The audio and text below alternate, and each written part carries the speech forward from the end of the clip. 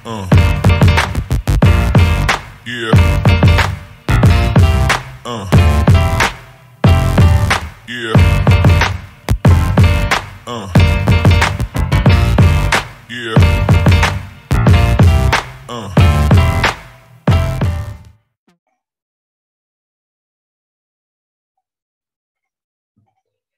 Kita lanjut ke teori perilaku konsumen. Nah, sebenarnya ini teorinya dikit aja sih, sebenarnya nggak sebanyak di elastisitas. Jadi mungkin setelah ini kayak biasa ya, kayak biasa kita itu biasanya setelah menyelesaikan 2 topik biasanya ada tes evaluasi. Jadi setelah kita belajar teori perilaku konsumen, nanti kita akan ngelakuin yang namanya tes evaluasi lagi. Nah,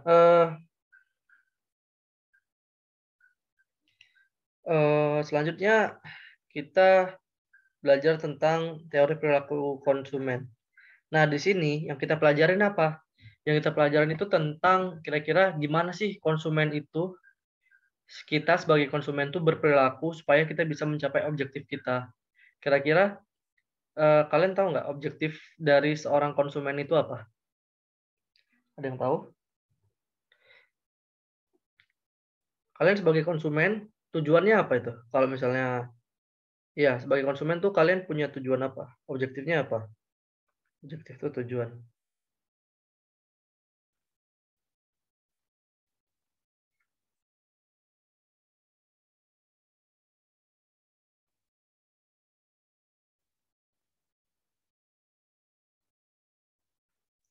Menggunakan barang atau jasa, Kak. Oke. Nah, ketika kalian menggunakan barang atau jasa, itu kan objektifnya. Supaya apa tuh? Kalian menggunakan barang dan jasa itu untuk apa?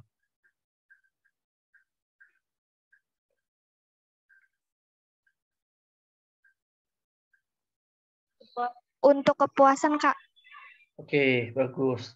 Nah, jadi kalian menggunakan barang dan jasa atau gimana sih kalian berperilaku ketika menggunakan barang dan jasa supaya bisa mencapai kepuasan? Nah, sebisa mungkin si konsumen ini akan memaksimalkan objektifnya. Jadi gimana sih konsumen ini berperilaku supaya dia bisa memaksimalkan objektifnya, bisa memaksimalkan kepuasannya. Jadi bakal kita pelajarin di teori perilaku konsumen. Nah, di teori perilaku konsumen ada yang namanya the law of diminishing marginal utility. The law, hukum pertambahan, marginal itu pertambahan ya. Hukum pertambahan kepuasan, utility itu kepuasan yang semakin berkurang.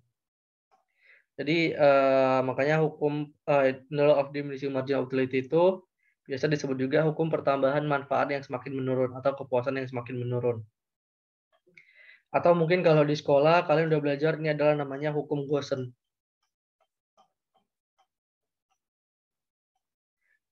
Maksudnya apa? Hukum pertambahan kepuasan yang makin menurun.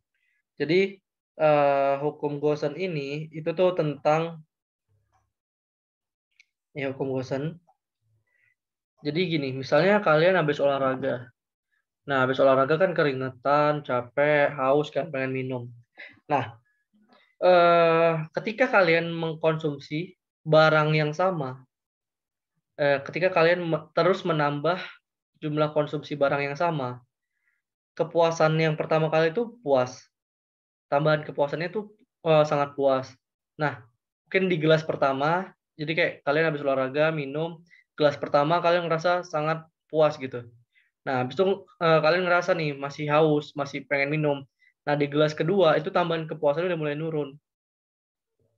Nah, di gelas ketiga, oh ternyata masih haus lagi. Di gelas ketiga itu ya mulai turun lagi tambahan kepuasannya. Nah, di gelas keempat mungkin kalian muntah gitu. Gara-gara udah kebanyakan minum.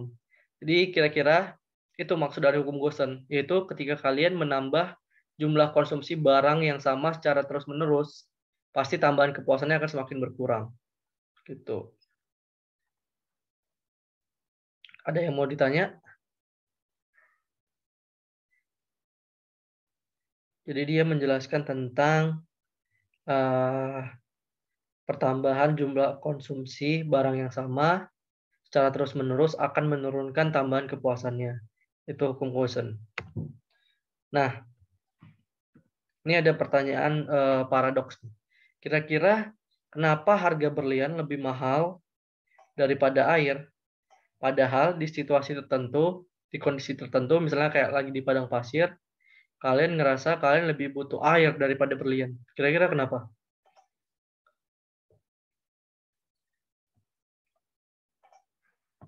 Ada yang bisa jawab paradoksnya?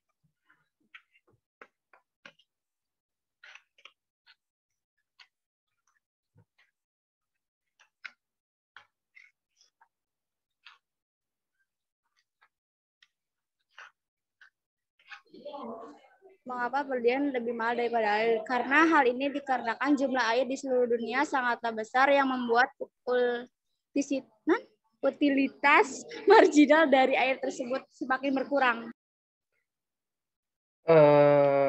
Oke, kalau dia dikaitin sama materi sebelumnya, dikaitin dengan hukum Gaussian, kenapa nih air tuh lebih, maka kenapa tuh berlian lebih mahal daripada air?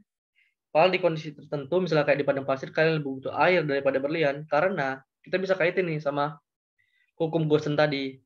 Karena tambahan kepuasan air itu lebih cepat nurun dibandingkan berlian. Ibaratnya gini, kalian lagi di padang pasir, oh dikasih air nih 1 galon, oh pasti tambahan kepuasannya tinggi kan. Terus dikasih lagi 1 galon, nurun. Habis itu dikasih lagi di galon kedua mulai turun, di galon ketiga mulai turun lagi gitu. Jadi kayak air itu tambahan kepuasannya cepet turunnya. Sedangkan kalau berlian beda. Misalnya berlian, kalian dikasih 1 berlian, seneng atau puas. Dikasih 2 berlian, lebih puas lagi. Dikasih 3 berlian, lebih puas-puas lagi gitu loh. Kebayang nggak bedanya? Jadi si berlian ini dia nggak punya the law of diminishing marginal utility. Dia nggak ada hukum Gaussian-nya. Karena ketika dia dikasih terus-menerus, ya dia makin seneng gitu. Kasih berlian. Paham? Paham, Kak. Oke. Selanjutnya kita baru masuk nih ke teori perilaku konsumen yang pertama. Ada yang namanya teori kardinal. Teori kardinal ini bilang, atau dia menyatakan bahwa ternyata kegunaan atau kepuasan itu dapat dihitung nih secara nominal dengan satuan. Satuannya apa? Satuannya itu util. Misalnya gini, teori ini menganggap atau mengasumsikan ternyata kepuasan itu bisa diukur. Contohnya, oh ternyata kalau minum segelas air, kalian dapat kepuasan 10. Oh kalau 12 ternyata kepuasannya nambah tuh jadi 18. Tapi pertambahannya nurun ya. Kalau tadi kan dari gelas 0 jadi gelas 1, kan kepuasannya mungkin 10. Nah, dari 0 ke 2 gelas, kepuasannya 18. Artinya apa? Dari gelas 0 ke gelas 10 kan berarti dia ada tambahan kepuasan atau delta U, delta utility atau delta kepuasannya kan 10.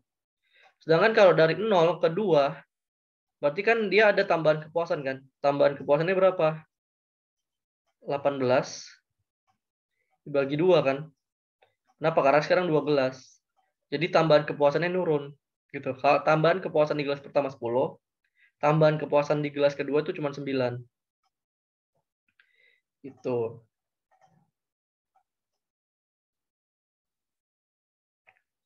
Sorry, bukan gini sih. Nah, kalau di gelas pertama kan 10. Sekarang 18. Berarti 18 dikurang 10 per 2 dikurang 1.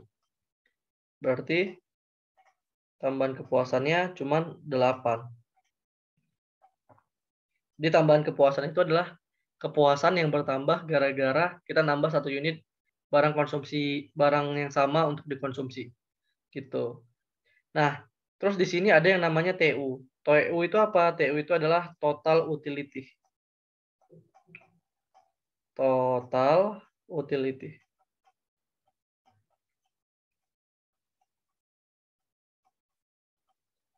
Nah, berarti tadi kan utility itu artinya kepuasan. Berarti TU adalah total kepuasan atau total utility. Sedangkan MU itu apa? MU itu adalah marginal utility. Berarti kalau ada kata-kata marginal berarti tambahan ya artinya. Marginal utility.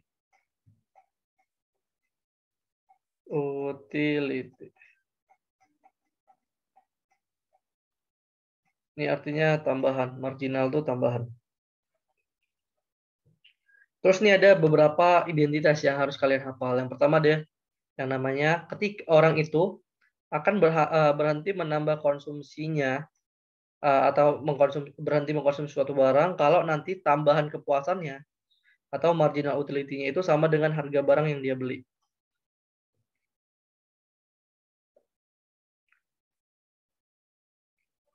Terus identitas kedua ada yang namanya ini. TU, total utility itu maksimum. Jadi total kepuasan itu maksimum ketika nanti tambahan kepuasannya sama dengan 0. Nah, kalau yang merah ini adalah kurva TU nih. Berarti kan dia maksimal di sini. Maksimal itu artinya kan dia tertinggi ya, titik tertingginya. Karena setelah di sini pasti dia turunkan. Nih, ini TU. TU maksimum ketika MU-nya sama dengan 0 kan nih. Gitu.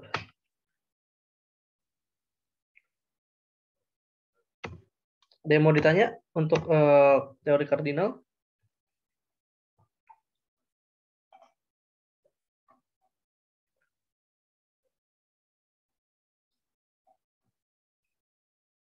Oke.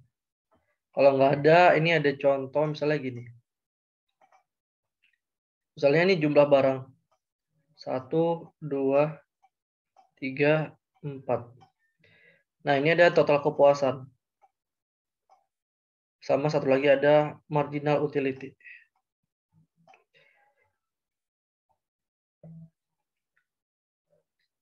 Misalnya kita konsumsi es krim. Mula-mula kan 0 nih. Ini 0 ya. Berarti kita nggak konsumsi. Kalau kita nggak konsumsi berarti ya kepuasannya 0 kan yang dari es krim. Terus kita konsumsi satu es krim nih. Oh, kita dapat kepuasan misalnya 10. Terus kalau misalnya 2 es krim, kira-kira kalau kalian lebih seneng kalian makan satu es krim atau 2 es krim?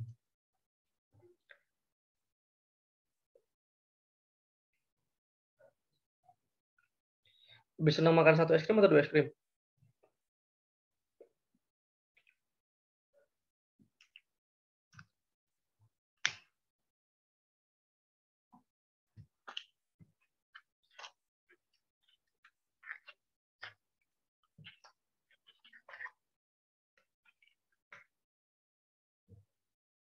Halo?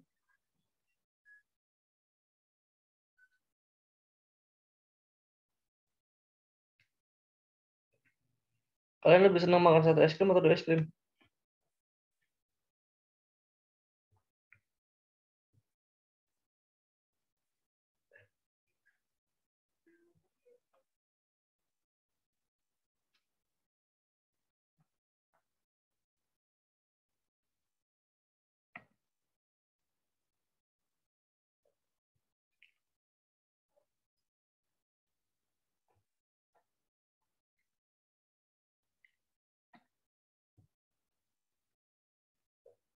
Halo? Harusnya orang lebih senang makan 2 es krim ya. Misalnya berarti kalau 2 es krim ternyata dia kepuasannya 18 total ya. Ini total kepuasan. Oh, kalau 3 berarti nambah lagi nih kepuasannya. Jadi misalnya jadi 24. Kalau 4 nambah lagi kepuasannya jadi 30 misalnya. Nah, berarti tambahan kepuasannya berapa? Dari nggak makan es krim sampai jadi makan es krim berarti tambahan kepuasannya 10. Nah, dari 1 ke 2 berarti tambahan kepuasannya 8. 2 ke 3 berarti tambahan kepuasannya berapa? 6. 3 ke 4 berarti tambahan kepuasannya juga 6. Jadi kan dari sini kalian lihat total ketika kalian nambah jumlah konsumsi barang yang sama, total kepuasannya nambah nih. Tapi total kepuasannya nambah, tapi tambahan kepuasannya gimana? Tambahan kepuasannya ini nurun gitu.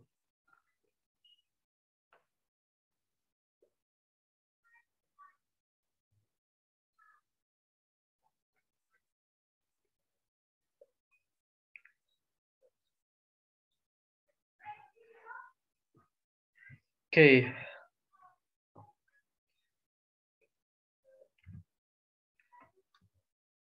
Selanjutnya kita bahas tentang teori ordinal.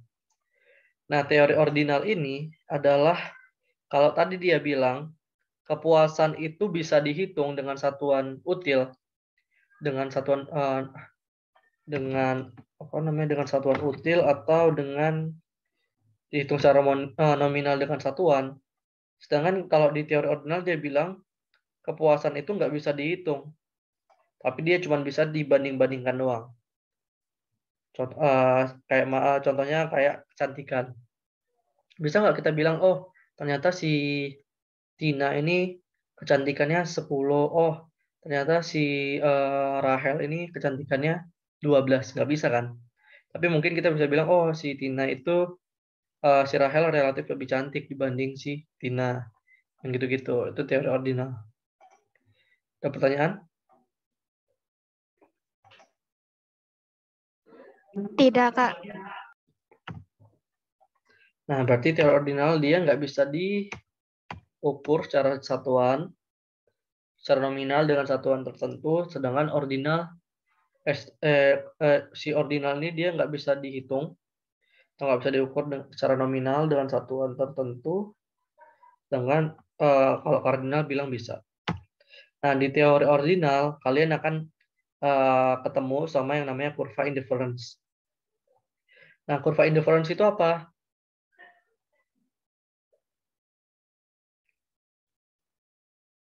Kalau yang ini namanya kurva indifference, yang dia turun ini.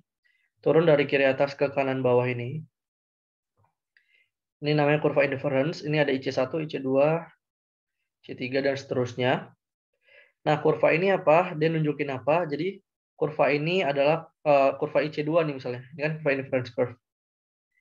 Nah, tapi kalau dia rame kayak gini, itu namanya apa ya namanya?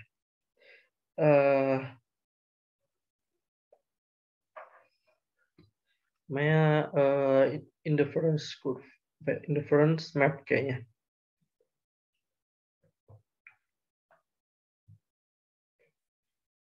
Ya, yeah, indifference map.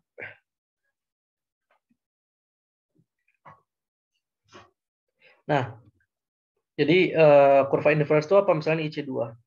Kurva indifference curve itu dia kurva yang menunjukkan kombinasi dua jenis barang konsumsi. Di sini berarti kan barang konsumsinya ada pakaian sama buku. Jadi dia nunjukin kombinasi dua jenis barang konsumsi yang memberikan kepuasan yang sama. Jadi selama dia ada di indifference curve yang sama, kombinasi ini diasumsikan dia memiliki kepuasan yang sama. Misalnya, kalian konsumsi 20 pakaian sama 4 buku, itu kepuasannya sama aja kayak kalian konsumsi 5 pakaian dengan 16 buku. Gitu. Tergantung memang preferensi orang gitu. Nah, di kurva inverse curve ini yang perlu dihafalin apa? Ciri-cirinya. Contohnya apa? Pertama, dia turun dari kiri atas ke kanan bawah. Ini kiri atas ke kanan bawah. Artinya apa? Dia punya slope negatif. Slope negatif itu apa? Contohnya gini, kalau kalian mau nambah konsumsi satu jenis barang, maka kalian harus kurangin konsumsi salah satu jenis barang. Misalnya, kalian mau nambah nih, kalian mau nambah konsumsi pakaian dari 8 ke 10. Maka kalian harus mengurangi konsumsi buku dari 10 ke 8. Itu arti dari slope negatif.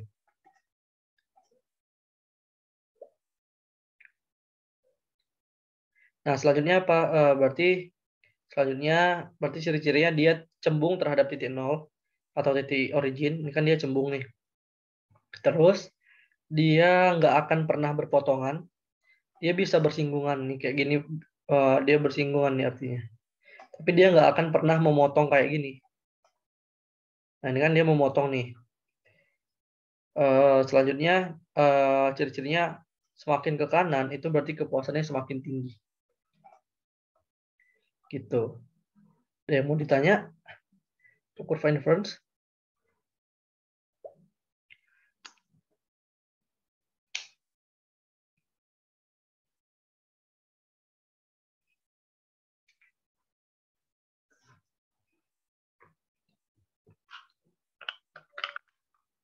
Oke, kalau nggak ada, kita lanjut ke kurva budget line. Kurva budget line bentuknya kayak gini. Dia kayak persamaan garis lurus. Jadi dia kurva budget line itu apa? Berarti budget itu artinya kan anggaran ya.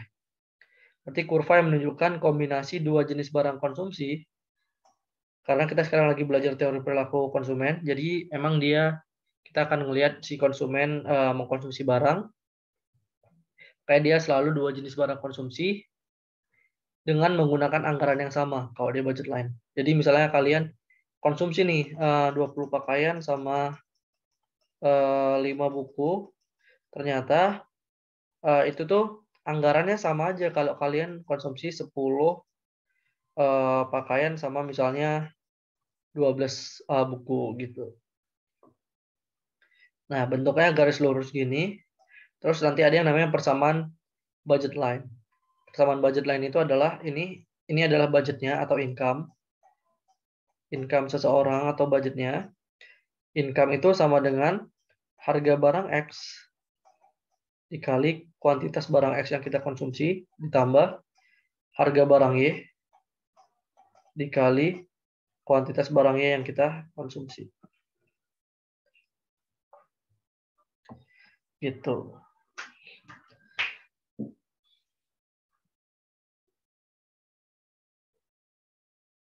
Oke. Nah, selanjutnya budget line itu dia bisa berubah. Kalau misalnya nih, pertama dia bisa berotasi.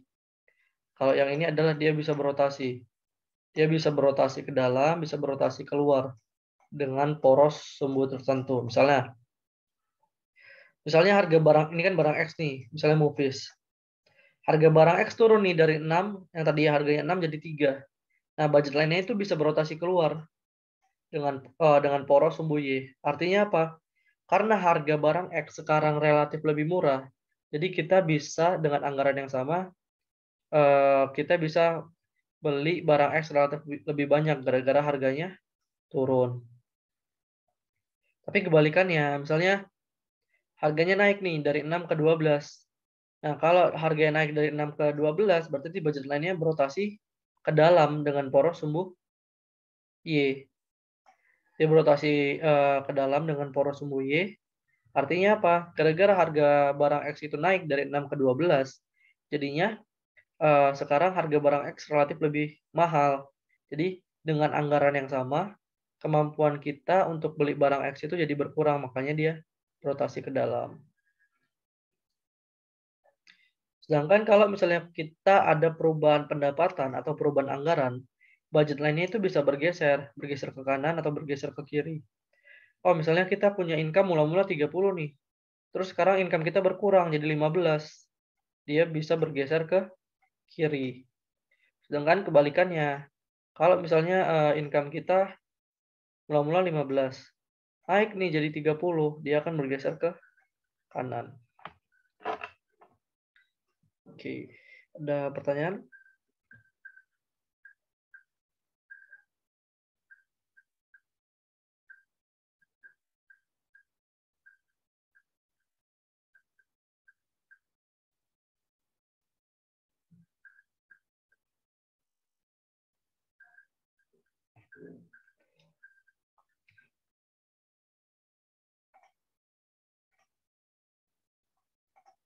Oke, kalau nggak ada, kita lanjut.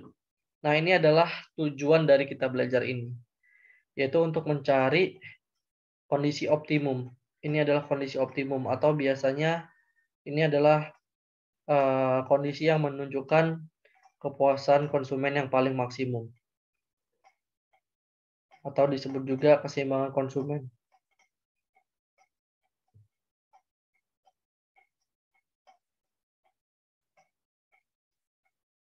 Nah, kondisi optimum ini terjadi kapan? Kondisi optimum atau keseimbangan konsumen ini terjadi ketika kurva IC itu bersinggungan dengan kurva budget line. Nah, dia bersinggungan di mana? Nih, di titik C. Jadi titik C ini adalah keseimbangan konsumennya atau kondisi yang paling optimum. Gitu. Titik C ini adalah keseimbangan konsumennya atau kondisi yang paling optimum terjadi ketika IC bersinggungan, kurva interference curve, bersinggungan dengan kurva budget line. Nah, kurva interference curve bersinggungan dengan kurva budget line, akibatnya apa? Dia membentuk yang namanya keseimbangan konsumen atau kondisi yang paling optimum. Atau ini adalah yang mencerminkan si konsumen mendapatkan kepuasan yang paling maksimum. Kenapa? Karena keinginan dia atau interference curve-nya itu sesuai dengan budget yang dia punya, sesuai dengan budget lainnya gitu. Atau ini tuh bisa terjadi ketika nanti slope itu kemiringan ya. Slope dari IC, kemiringan dari IC itu sama dengan slope dari budget line. Gara-gara kemiringannya sama lah, makanya mereka bisa bersinggungan gitu. Nah, si keseimbangan konsumen ini juga bisa berubah. Kenapa? Karena tadi budget line bisa bergeser kan. Dia bisa bergeser, dia bisa berotasi. Nih contohnya misalnya mula-mula budget line-nya di sini nih, ini BL1. Oh, ternyata harga barang X turun nih, PX-nya harganya turun. Jadi kalau harga barang X turun kan budget line-nya berotasi ke luar ya, dengan poros sumbu Y. Jadi dengan anggaran yang sama, gara-gara harga barang X turun, kita bisa membeli barang X dengan jumlah yang lebih banyak gitu. Karena harganya sekarang relatif lebih murah. Nah, akibatnya apa? Ketika budget line itu dia berotasi keluar, dia akan menyinggung IC-IC yang baru. Ini kan IC1 misalnya. Nah, ketika IC1 bersinggungan dengan BL1, terbentuklah keseimbangan konsumen yang pertama nih, di titik E. Terus ketika budget line-nya itu berotasi keluar, gara-gara harga barang X-nya itu turun, dia akan menyinggung IC-IC yang baru, atau di sini misalnya IC2. Nah, ketika IC2 sama BL2 itu bersinggungan, akan terbentuklah keseimbangan konsumen yang baru nih, di titik T. Nah, terus ada yang namanya kurva PCC. Kurva PCC itu adalah garis yang menghubungkan ini nih, titik-titik keseimbangan konsumen yang baru. Akibat apa? Akibat perubahan dari harga salah satu barang. Contohnya di sini adalah barang X. Itulah kenapa dia namanya price consumption curve, yaitu dia menghubungkan titik-titik keseimbangan konsumen yang baru gara-gara adanya perubahan harga di salah satu barang. Gitu. Nah, selanjutnya kurva PCC ini kalau nanti kita turunkan secara horizontal, ini kan barang Y, ini barang X. Nah, ini misalnya IC yang pertama. Ini IC1, ini BL1. Terus ada lagi IC2 nih misalnya di sini. Ini IC2, ini BL2. Nah, kita tarik garis. Ini dapatlah kurva PCC. Nah, ketika kurva PCC ini kita turunkan secara horizontal, dia akan membentuk yang namanya kurva permintaan individu. Nih, misalnya kita turunkan nih secara horizontal, dia akan membentuk yang namanya kurva permintaan individu terhadap barang X. Ini P, ini PX, ini Q, X. Nah, ini D. Dia akan membentuk kurva permintaan individu terhadap barang X. Kan tadi katanya harga barang X-nya turun nih.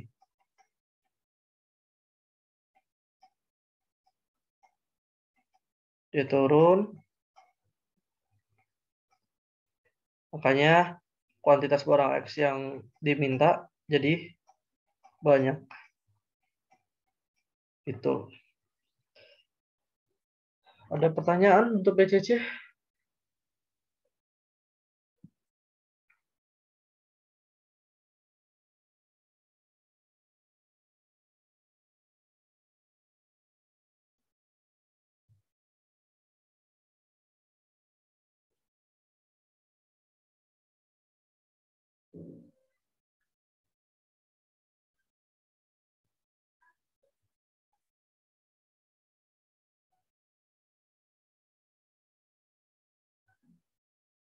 Oke.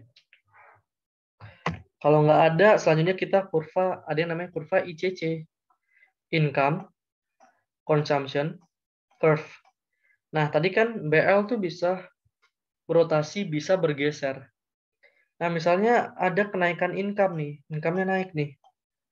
Nah, misalnya ini mula-mula BL1. Gara-gara income naik, BL-nya nanti akan bergeser ke kanan. Terus income-nya naik lagi nih, ada BL3 lagi. BL-nya geser lagi ke kanan lagi, gitu. Nah, ketika BL-nya bergeser, nih misalnya mula-mula BL1. BL1 akan ketemu dengan atau menyinggung IC1 di titik, misalnya di titik F nih. Terbentuklah keseimbangan konsumen. Terus ketika dia bergeser ke kanan, BL2 akan menyinggung kurva indifference curve yang baru lagi, atau IC2. Nah, ketika dia BL2 bersinggungan dengan IC2, terbentuklah lagi nih keseimbangan konsumen yang kedua di titik E misalnya. Terus gara-gara income naik lagi, BL2-nya ini, BL-nya geser lagi ke kanan, atau kita bilang BL3. Nah, BL3 ini akan menyinggung IC yang baru lagi, atau IC3. Nah, ketika dia BL3 bersinggungan dengan IC3, akan terbentuklah keseimbangan konsumen yang baru lagi nih, misalnya di titik S. Nah, kurva ICC itu apa? Ketika kita tarik garis nih, garis yang menunjuk, jadi ICC itu adalah garis yang menghubungkan titik-titik keseimbangan konsumen akibat adanya perubahan income atau perubahan pendapatan. Itulah dia namanya ICC. Itulah kenapa namanya income consumption curve. Itu karena dia menghubungkan titik-titik keseimbangan konsumen yang baru akibat adanya perubahan income. Gitu. Nah, ketika kurva ICC-nya ini kita turunkan nih secara horizontal, dia akan membentuk yang namanya kurva angle. Nah, kurva angle ini apa? Kurva angle ini adalah kurva yang menunjukkan hubungan antara M. M itu apa? M itu adalah pendapatan. M itu adalah income atau pendapatan. Dan jumlah barang yang diminta atau Q. Jadi kurva angle ini adalah kurva yang menunjukkan hubungan antara M dan Q.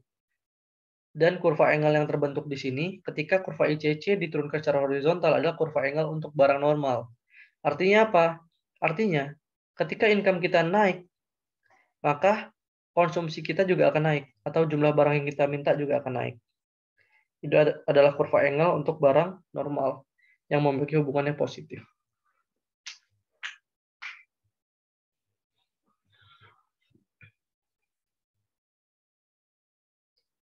Oke, sampai sini ada yang mau ditanya? Karena perilaku konsumen udah selesai.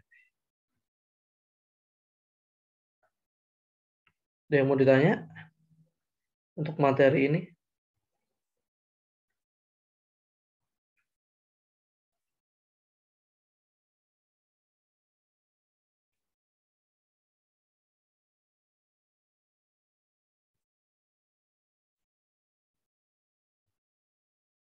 Nggak ada, Kak.